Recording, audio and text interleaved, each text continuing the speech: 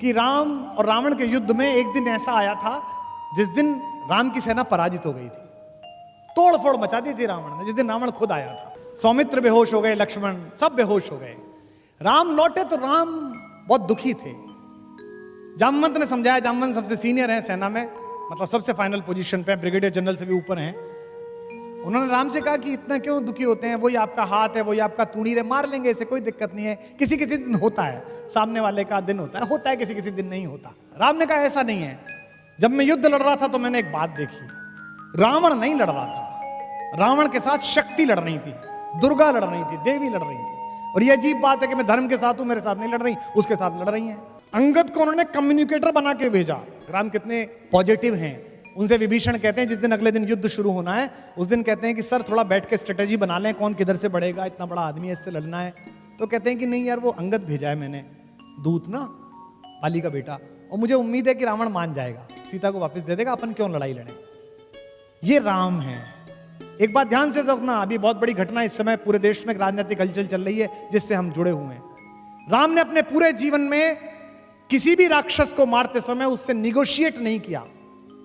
छोटों से, खर से, दूषण से, ताड़का से, सुबाहु से सीधा मारा। उन्होंने एक ही आदमी से निगोशिएट किया, रावण से।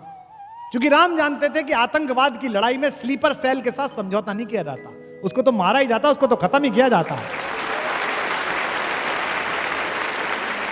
और हमारी सरकारें, हमारी व्यवस्थाएं क्या कर रही हैं, स्लीपर सेल से बात कर रही हैं। तो अगर राम राज्य वालों को समझना है तो राम से ही समझे कि राम ने अपने देश में रहने वाली किसी स्लीपर सेल के साथ बात नहीं की। लंका दूसरा देश था, उससे बातचीत जरूरी थी, उससे पहले कहना जरूरी था, इसलिए उससे पहले बातचीत की, जो कि हम पाकिस्तान के मामले में लगातार करते हैं, इतने समय से बातचीत करते हैं, और उसके बाद फिर अपना काम भी दिखाते हैं। तो अंगद गया, उसका आत्मविश्वास, लीडरशिप डेवलपमेंट मैं बता रहा हूं राम का। उसने पहली जो वाक्य बोली उस पर हंसेंगे भी आप। रावण ने पूछा कि मेरा और राम की क्या लड़ाई, तू जानता मैं कौन हूं, क्या तेरा वो फकीर तपस्वी, वो मुझसे लड़ेगा, मेरा उसका क्या। तो अंगद ने कहा जी बिल्कुल ठीक कह रहे हो सर, आपका उनका कोई मुकाबला नहीं। तो रावण को लगा यार आदमी उसने भेजा है, हमारे पक्ष में बोल रहा है, तो वो बड़ा प्रसन्न हुआ। उसने कहा बिल्कुल ठीक, मेरा उसका क्या मुकाबला। तो अंगद का कम्युनिकेशन स्टाइल देखिए जो राम ने डेवलप कराया है। तो क्या कहा कि सिंधु तरयो उनको बनरा, उनका तो बंदर, बंदर भी नहीं, बंदर में थोड़ा ग्रेस आ जाएगा, मतलब हनुमान चाचा हैं उनके अंगद के, फिर भी उनको बंदर भी नहीं कह रहे, चाचा जी भी नहीं कह रहे, क्योंकि डिप्रेशन में रावण को लाना है। तो कहते क्या, सिंधु तरयो उनको बनरा, तुझ पे धनुरे गई न तरी। उनका तो बंदर पूरा समुद्र पार कर आया, और तुझ पे उनके छोटे भाई ने एक रेखा खींच दी थी, वो नहीं तरी गई। तेरा उनका क्या मुकाबला भाई, दोनों का आपस में।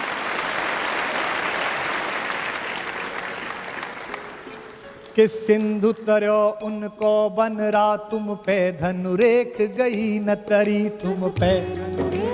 अच्छा छंद है। सिंधु तरयो उनको बनरा, तुम पे धनुरेख गई न तरी, तुम पे धनुरेख गई न तरी। वानर बांधत सो न बंधो, उन बारिधि बांध के बाट करी, उन बारिधि बांध के बाट करी, उन बारिधि बांध के बाट करी। अज हूँ रघुनाथ प्रताप की बात, तुम्हें दशकंठ न जाए परी, तुम्हें दशकंठ न जाए परी। तेलनि तूलनि पूछ जरी न जरी, गढ़ लंक जलाए जरी धड़ी, लंक जलाए जरी। तेरा सारा तेल लगा, तेरा सारा कपड़ा लगा, एक बंदर की पूंछ जलाने के चक्कर में तूने अपना पूरा नगर जलवा लिया, बताया। और तू कह रहा है कि उनसे लड़ने चलेगा, उससे लड़ने चलेगा। इसलिए जो कम्युनिकेशन स्किल है, विभीषण से संवाद जो राम ने किया, वो साधन और साधना के बीच का संवाद है। बड़ी अद्भुत बात है। राम की शक्ति पूजा, आप में से शायद अधिकांश लोगों को पता होगा कि राम और रावण के युद्ध में एक दिन ऐसा आया था जिस दिन राम की सेना पराजित हो गई थी, तोड़ फोड़ मचा दी थी रावण ने, जिस दिन रावण खुद आया था। महाप्राण निराला ने कविता लिखी है राम की शक्ति पूजा। रवि हुआ अस्त ज्योति के पत्र पर लिखा, अमर रह गया राम रावण का अपराजय समर। आज का तीक्ष्ण विदिक्ष प्रकर वेग प्रखर, शतशैल शंवरणशील नील नवगर्जित स्वर, विच्युत वन्य राजीव नयन हत लक्ष्मण, लोहित लोचन रावण मदमोचन महायान। ऐसी कविता लिखी है।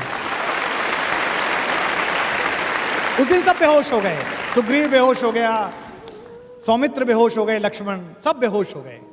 राम लौटे तो राम बहुत दुखी थे। जामवंत ने समझाया, जामवंत सबसे सीनियर है सेना में, मतलब सबसे फाइनल पोजीशन पे, ब्रिगेडियर जनरल से भी ऊपर हैं।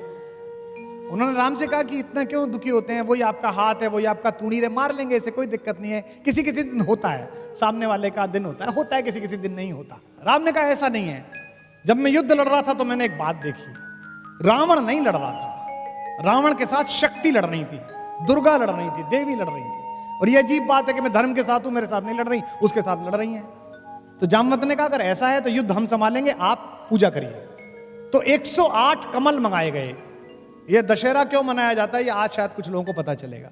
हम तो कहते हैं कि रावण हरा दिया, ऐसा हुआ नहीं। ये जो शक्ति की पूजा, नवरात्रि की पूजा क्यों है, 9 दिन राम ने ध्यान धारण किया और 108 कमल वो चढ़ाते थे, एक एक कमल शक्ति के चरणों में चढ़ाते थे, त्रिपुटी में साधते थे, इमेज बनाते थे, जैसे सूफी लॉ लगाते हैं, जैसे साधु लॉ लगाते हैं, वो ध्यान में चढ़ते चले गए। आखिरी दिन जिस दिन आया, जिस दिन उनको वर मिलना था शक्ति का, 107 कमल जब उन्होंने चढ़ा दिए तो देवी ने सोचा कि इसका एग्जाम लेती हूं कि कितना भक्त है। वो आखिरी नील कमल उठा के ले गई। राम ने यूं करके थाली में हाथ फिराया तो देखा कि कमल ही नहीं है। तो वो ध्यान से नीचे उतरे और देखा कि कमल नहीं है। उन्हें लगा अब साधना भंग हो जाएगी। निराला लिखते हैं कि राम की आंखें भीग गई। राम ने कहा दिख जीवन जो सहता ही आया है विरोध, दिख साधन जिसके लिए सदा ही किया शोध, जानकी हाय उद्धार प्रिया का हो न सका। ये 3 लाइन है, लेकिन चौथी लाइन राम की, इसी के कारण वो राम है। दुखी है कि अब क्या करूंगा, सब हार जाऊंगा। दिख साधन जिसके लिए सदा ही किया शोध, दिख जीवन जो सहता ही आया है विरोध, जानकी हाय उद्धार प्रिया का हो न सका, पर एक और मन रहा राम का जो न थका। उन्होंने कहा ऐसे थोड़ी चलेगा, ऐसे पूजा थोड़ी उठा दूंगा। तो राम ने क्या किया, राम ने कहा कि मां कहती थी मुझको राजीव नयन, मुझको कहती थी कमल के जैसे आंख वाला है मेरा बेटा, तो अभी 2 कमल के फूल मेरे पास हैं। तो राम ने अपना एक तीर निकाला अपने तरकश में से और उसको हाथ से पकड़ के उसकी फलक आंख की तरफ ले गए कि अपनी एक आंख चढ़ा देता हूं। युद्ध में विजय होनी चाहिए, सत्य जीतना चाहिए। और जब बिल्कुल आंख के पास पहुंच गया तीर और देवी को लगा कि अभी आंख निकाल लेगा, तब स्वयं दुर्गा प्रकट हुई और उन्होंने हाथ पकड़कर कहा होगी जय होगी हे पुरुषोत्तम नवीन, के महाशक्ति राम के बदन में हुई।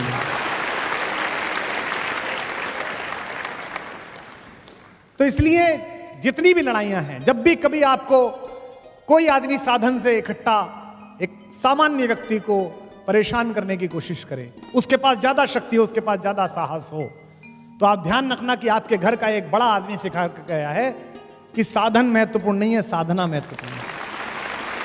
और राम के सबसे प्रिय मित्र जिनको लंका का राज्य दिया, वे विभीषण भी अधीर हो गए। उन्हें लगा यार कि लड़ाई तो ठीक है, अब जीतोगे कैसे। हमने भी 2-4 छोटी मोटी लड़ाई कभी सम्मेलनों में और राजनीति में की, आंदोलन में की, तो हमको भी समझाने आते थे इनसे कैसे लड़ोगे, ये तो पुराने वाले हैं।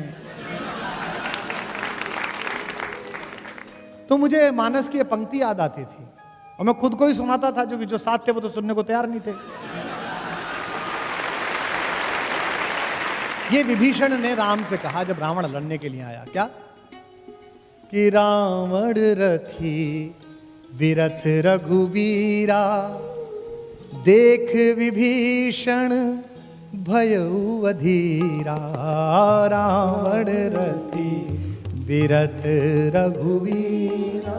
रावण तो रथ पर बैठकर आया है और वो पैदल चल रहे हैं, वो पदाती हैं।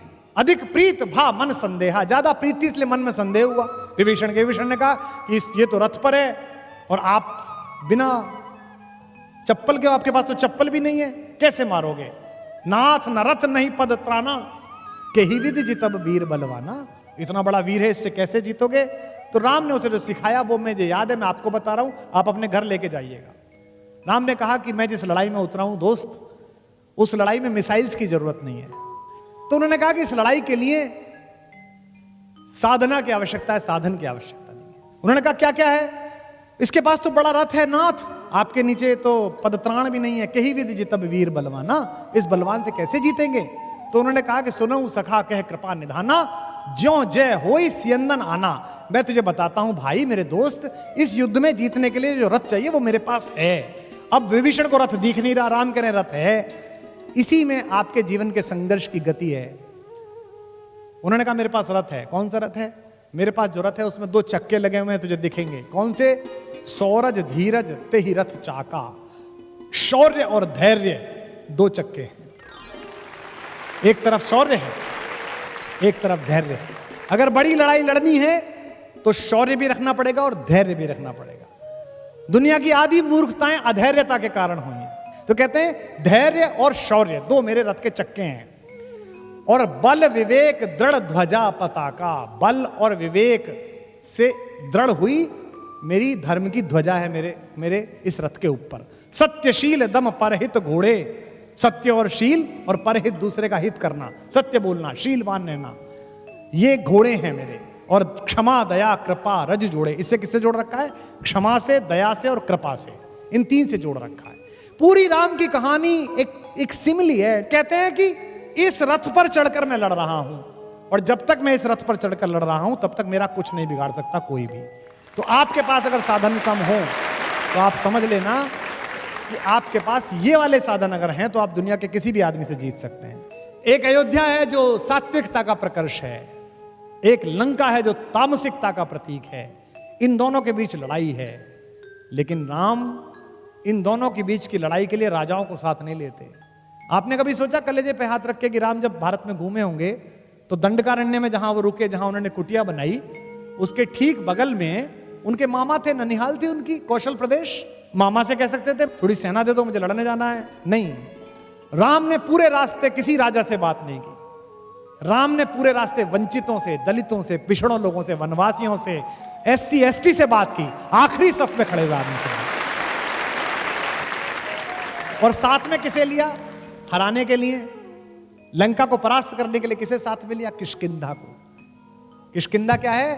प्रकृति का सबसे बड़ा आयुर्वेद, योग, नेचुरल एसेंस, हमारी नेचुरल आर्ट्स, हमारे नेचुरल इंग्रेडिएंट्स, इनको किसने लिया? दिल्ली ने। और हराई क्या? मार्केट, लंका।